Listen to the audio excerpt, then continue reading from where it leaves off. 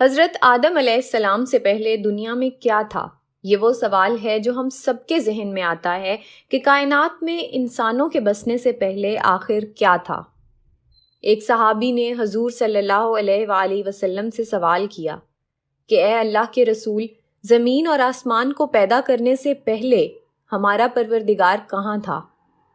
آپ صلی اللہ علیہ وآلہ وسلم نے فرمایا کہ تب اللہ کے سوا اور کچھ نہیں تھا، پھر اس نے پانی پر اپنا عرش بنایا، گویا یہ اس کائنات کی ابتدا تھی۔ پھر اللہ نے قلم کو پیدا کیا اور اس کو حکم دیا کہ لکھ، اور قلم نے اللہ تعالیٰ کے حکم اور اس کے علم سے قیامت تک ہونے والا سب کچھ لوح محفوظ میں لکھ دیا۔ اس کے بعد آسمان اور زمین کی 6 دن میں تخلیق کی گئی۔ یمن سے آئے ہوئے ایک وفد نے حضور صلی اللہ علیہ وآلہ وسلم سے کہا کہ ہم آپ سے دین کی سمجھ اور قلم کی ابتدا جاننے کے لیے آئے ہیں۔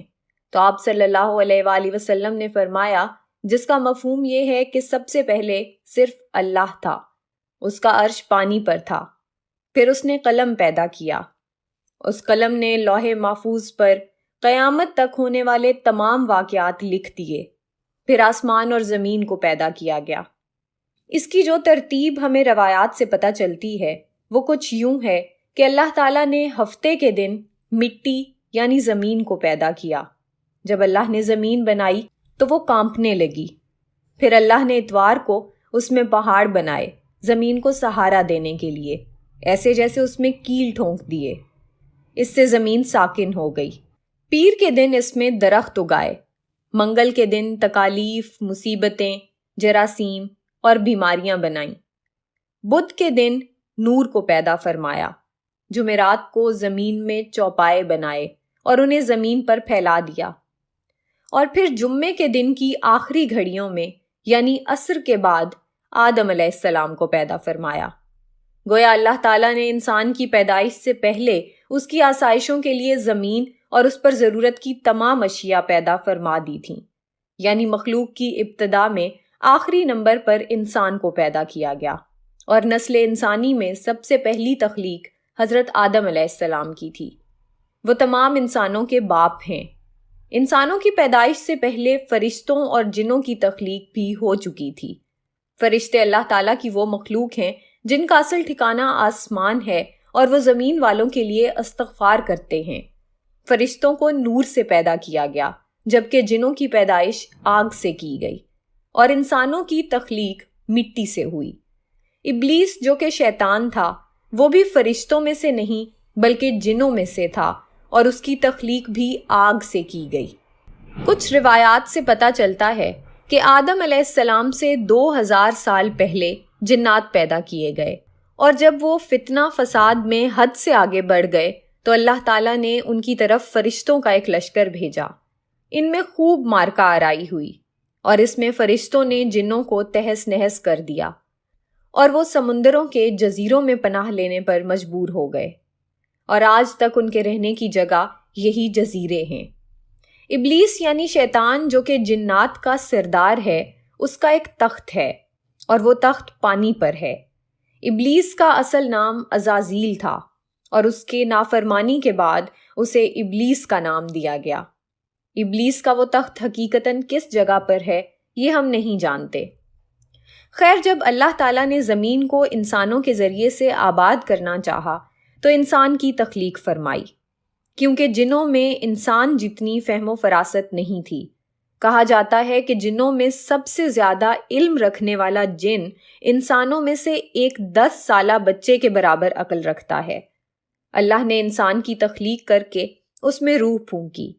پھر اللہ نے فرشتوں سے فرمایا کہ میں زمین پر اپنا نائب بنانے والا ہوں۔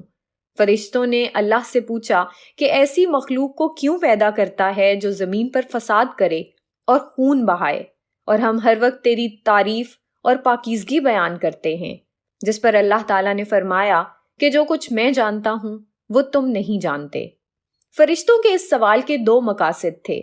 پہلا یہ کہ کیا یہ بھی جنوں کی طرح زمین پر فساد کریں گے، اور دوسرا یہ کہ کیا ہم سے تیری عبادت میں کوئی کوتاہی ہوئی ہے۔ بہرحال جب اللہ تعالیٰ نے آدم کو پیدا کیا تو زمین سے مٹی لانے کا حکم دیا۔ پھر اللہ کے پاس اس کے حکم کے مطابق مٹی لائی گئی۔ وہ مٹی اللہ تعالیٰ نے پوری زمین سے اٹھوائی تھی۔ یہی وجہ ہے کہ آدم کی اولاد زمین کے رنگ کے مطابق ہی ظاہر ہوئی، بعض سرخ، بعض سفید، بعض سیاہ اور بعض اس کے درمیان۔ اس مٹی کو پانی سے تر کیا گیا تو یہ 3 بن گئی۔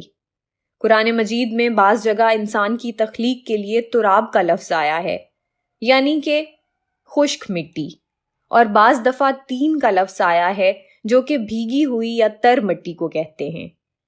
جب پانی کو مٹی سے بھگویا گیا تو وہ لیس دار ہونا شروع ہو گئی۔ پھر اللہ تعالیٰ نے خود اپنے مبارک ہاتھوں سے اس مٹی سے انسان کا ڈھانچہ تیار فرمایا۔ اللہ تعالیٰ نے انسان کی تخلیق فرشتوں کے سپرد نہیں کی، بلکہ انسان کو خود ایک مورتی کی صورت میں ڈھالا۔ اس کے بعد ایک مقررہ مدت تک اس کو چھوڑے رکھا، یہاں تک کہ وہ گیلی مٹی خشک ہو گئی اور اس کا رنگ سیاہ ہو گیا اور اس میں سے بدبو آنے لگی۔ پھر وہ خشک ہو کے کھنکھناتی مٹی بن گئی اور آخر میں آگ پر پکی ہوئی مٹی کی صورت اختیار کر گئی، جسے قرآن پاک میں فخار کہا گیا ہے۔ اس مٹی کے لیے اور بھی کچھ الفاظ قرآن مجید میں ملتے ہیں، مثلاً ہمایون یعنی سیاہ مٹی، مسنون یعنی بدبودار مٹی، سلسال یعنی کھنکھنا کر بولنے والی مٹی۔ تخلیق آدم اللہ تعالیٰ کا ایک کرشمہ ہے۔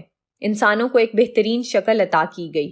اس وقت انسان کا قد بہت لمبا تھا اور ان کے بعد آنے والے لوگوں کے قد گھٹتے چلے گئے۔ انسانوں میں سب سے لمبا قد حضرت آدم علیہ السلام کا تھا۔ ایک روایت میں حضرت آدم علیہ السلام کا قد 60 ہاتھ یعنی 60 میٹر بیان کیا گیا ہے۔ بہرحال جب اللہ تعالیٰ نے انسان کا ڈھانچہ بنا کر اسے خشک ہونے کے لیے ایک مقررہ مدت تک چھوڑے رکھا تو ابلیس یعنی شیطان اس کے ارد گرد چکر کاٹنے لگا۔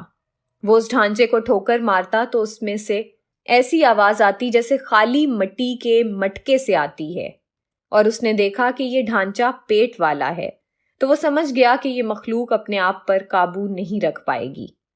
آدم علیہ السلام میں روح ڈالنے سے پہلے فرشتوں کا گزر اس ڈھانچے کے پاس سے ہوا تو وہ گھبرا گئے، اور ابلیس بھی ڈھانچے کے آس پاس سے گزرتا تو ٹھوکر مار کر کہتا کہ تجھے کسی خاص مقصد کے لیے پیدا کیا گیا ہے۔ یہ کہہ کر وہ اس کے منہ کے راستے اس میں داخل ہو جاتا اور کمر کے راستے باہر آ جاتا، اور پھر اس نے فرشتوں سے کہا کہ اس سے گھبرانے کی کوئی ضرورت نہیں ہے۔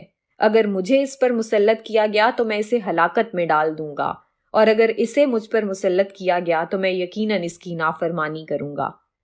یعنی ابھی آدم علیہ السلام میں اللہ تعالیٰ نے روح بھی نہیں پھونکی تھی، تب سے ابلیس کی انسان سے عداوت اور دشمنی واضح تھی۔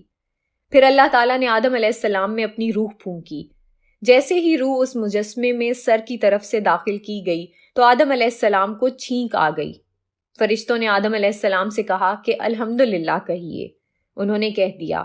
اللہ تعالیٰ کی اس تعریف کے جواب میں اللہ تعالیٰ نے فرمایا کہ تجھ پر تیرا رب رحم فرمائے۔ جب روح ان کی آنکھوں میں داخل ہوئی اور ان کی آنکھوں نے جنت کے پھلوں کو دیکھا تو غور و فکر کرنے لگے۔ پھر روح پیٹ میں داخل ہوئی تو کھانے کی طلب ہوئی، یعنی روح ابھی ٹانگوں تک نہیں پہنچی تھی اور کھانے کی خواہش محسوس ہونے لگی۔ جب آدم علیہ السلام میں روح پھونک دی گئی تو اللہ تعالیٰ نے ان کی پشت مبارک پر ہاتھ پھیرا، جس سے قیامت تک کے آنے والے تمام انسان باہر آ گئے۔ آدم علیہ السلام کی تمام اولاد ان کے سامنے ظاہر ہو گئی۔ یہ بات قرآن اور احادیث سے بھی واضح ہے۔ پھر اللہ نے اولاد آدم سے انہی کے بارے میں اقرار لیا کہ کیا میں تمہارا رب نہیں؟ تو تمام انسانوں نے جواب دیا کہ ہم اقرار کرتے ہیں کہ تو ہی ہمارا رب ہے۔ اللہ تعالیٰ نے آدم علیہ السلام میں اپنی روح پھونک کر فرشتوں اور جنوں سے انسان کو سجدہ کرنے کا حکم دیا۔ ابلیس کے علاوہ سب نے آدم علیہ السلام کو سجدہ کیا۔ اللہ تعالیٰ نے ابلیس سے پوچھا کہ تجھے کس چیز نے سجدے سے روک دیا؟ تو اس نے جواب دیا کہ تو نے مجھے آگ سے پیدا کیا ہے اور اسے مٹی سے، گویا میں اس سے بہتر ہوں۔ اللہ تعالیٰ نے اس کی اس سرکشی پر اسے سزا دیتے ہوئے فرمایا، اس جنت سے اتر جا، تجھے کوئی حق حاصل نہیں جنت میں رہ کر تو تکبر کرے۔ ابلیس نے جواب میں کہا کہ مجھے قیامت تک مہلت دے دیجئے، یعنی کہ اتنی لمبی عمر دے دیجئے کہ قیامت تک مجھے موت نہ آئے، جبکہ تمام انسانوں کو دوبارہ زندہ کیا جائے گا۔ اللہ تعالیٰ نے فرمایا کہ تجھے ایک وقت مقررہ تک مہلت دے دی گئی۔ پھر ابلیس نے کہا کہ میں قسم کھاتا ہوں کہ میں انسانوں کی گمراہی کے لیے تیرے سیدھے راستے پر بیٹھ جاؤں گا، پھر میں ان کے آگے سے، پیچھے سے، دائیں سے اور بائیں سے ان کے پاس آؤں گا، اور تو انہیں شکر گزار ہرگز نہیں پائے گا سوائے ان کے جو تیرے مخلص بندے ہوں گے، اور وہ میرے بہکاوے میں نہیں آئیں گے۔